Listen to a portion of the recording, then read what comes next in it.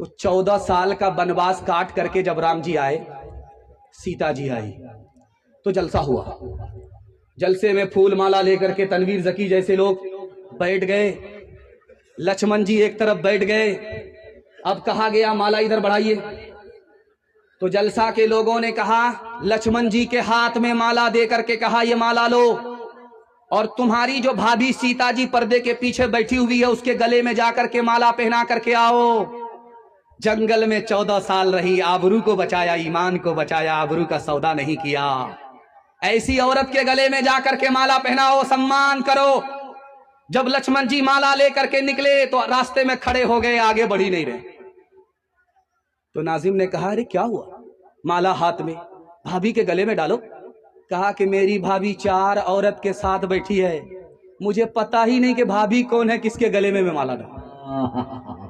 अरे 14 साल वनवास में रहे भाभी, और तुम उसके देवर, तुमको ये पता नहीं कि भाभी कौन है? तो उन्होंने कहा, अरे भाभी का हाल तो सुनो पहले।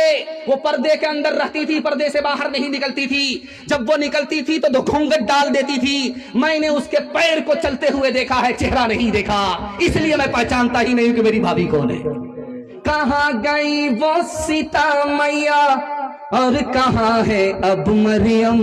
भारतवर्ष में जिनके चरित्र पे गर्व किया करते थे हम, जो अपनी इतिहास बुला दे, आग लगे उस फैशन में, आग लगे उस फैशन में। हिंदुस्तान का चेहरा देखो सच्चाई के दर्पण में, हिंदुस्तान का चेहरा देखो सच्चाई के दर्पण में। अमन की देवी तड़प रही है गांधी जी के आंगन में, गांधी जी के आंगन में।